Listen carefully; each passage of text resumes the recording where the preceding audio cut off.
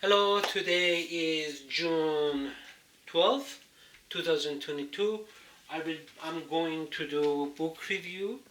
The book review is 1001 Days, Memoirs of an Empress.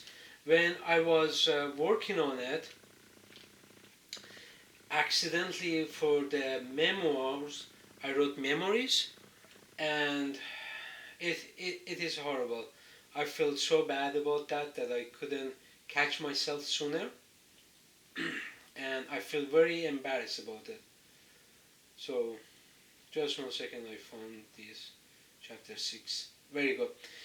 So, the chapter 6, what happens when I was reading the chapter 6, I noticed Empress Farah Pahlavi is expressing herself on two grounds. Really, the way she experienced inside of Iran and outside of the Iran. So, how did she gain this kind of experience?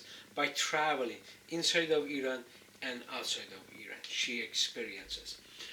Now, we are looking at the time that there was no mass communication, and the Gojor dynasty collapsed.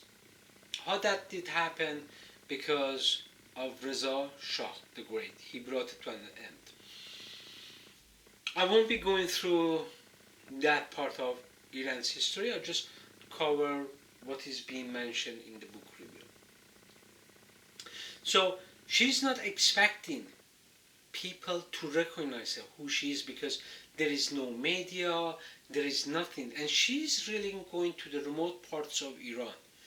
However, people do recognize her, people do approach her, people are welcoming her, and they're telling her, come to our village, we want to see you.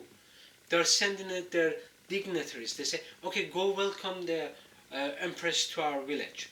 And she goes. In one incident, her vehicle is traveling on a road, and one woman threw herself under the vehicle's wheel, almost was killing her, and stops. She jumps out of the car, trying to check it, see what's going on, and it says there's a woman who doesn't have a leg, and like, wow, this is not good, hugging her and says, what can I do? And she noticed her hands are paralyzed, and she embroidered the image of Crown Prince Reza Pahlavi and gives it to her.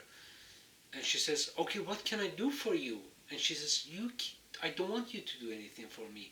This is it. This is what I want you. Empress Farah Pahlavi travels to Balochistan. She's really fond of Balochistan. She talks highly about Baloch people, how hardworking.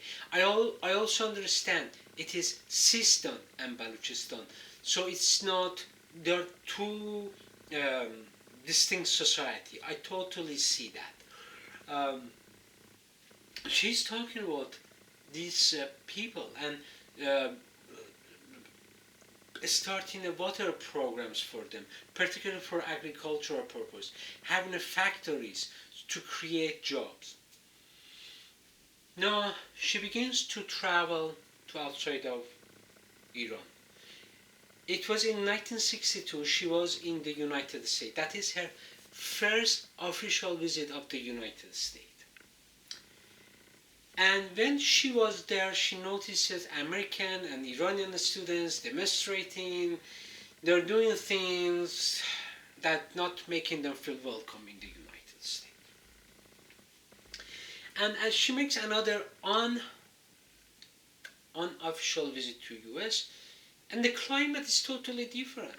She's going to a nightclub, everybody's welcoming, there is no security, there is nothing. There is nothing. She's over there, she enjoys her time, she comes back to Iran. Her Imperial Majesty is very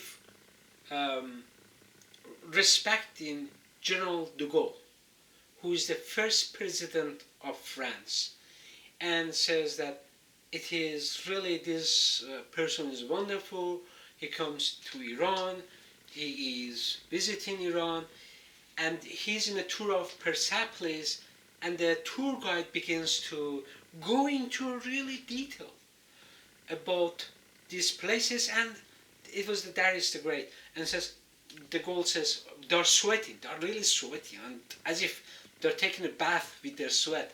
It's a hot day. And the girl says, okay, let's go and see what is happening inside that room. So he was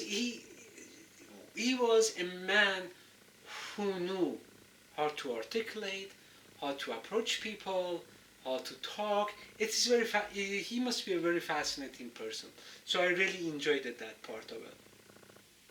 Now we are talking about China. It is in 1972 that Her Imperial Majesty makes an official visit with His Excellency Amir Abbas Hoveida. They went to China, and Her Imperial Majesty is expecting people be maybe a little bit backlashing at them because it's a monarchy system. Oh no, they welcomed them. They were very warm. They were saying long live Empress Pahlavi. They really liked it. Chinese dignitary were very, very polite. They made sure when they are going to the museum is not creating a backlash or anything like that, creating a discomfort. Because Her Imperial Majesty talks about one incident in one Eastern European country.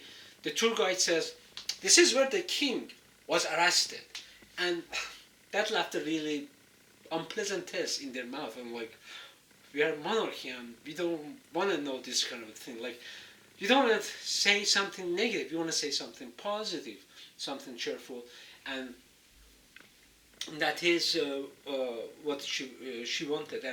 And in China, it was totally different. Like, being communist, against monarchy system, it was not like that. And she noticed the value of communism integrated or incorporated into Chinese the way of life. The way of life. It is very, very strong in that sense. So before I want to say I'm done or anything like that, I just want to make sure I have covered everything. Yes, and